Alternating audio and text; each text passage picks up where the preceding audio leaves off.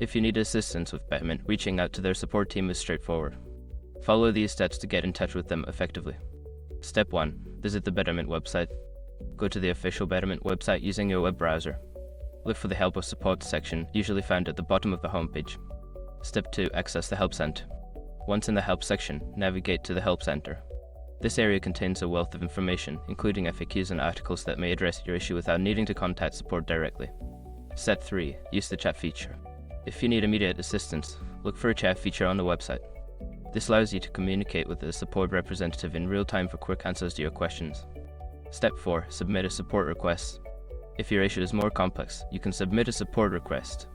Fill out the provided form with details about your inquiry, and be sure to include your account information for faster assistance. Step 5. Call customer support. For urgent matters, consider calling Betterment's customer support number. Check the website for the most current contact number and be ready to provide your account details for verification. By following these steps, you can easily reach out to Betterment's support team for any assistance you may need.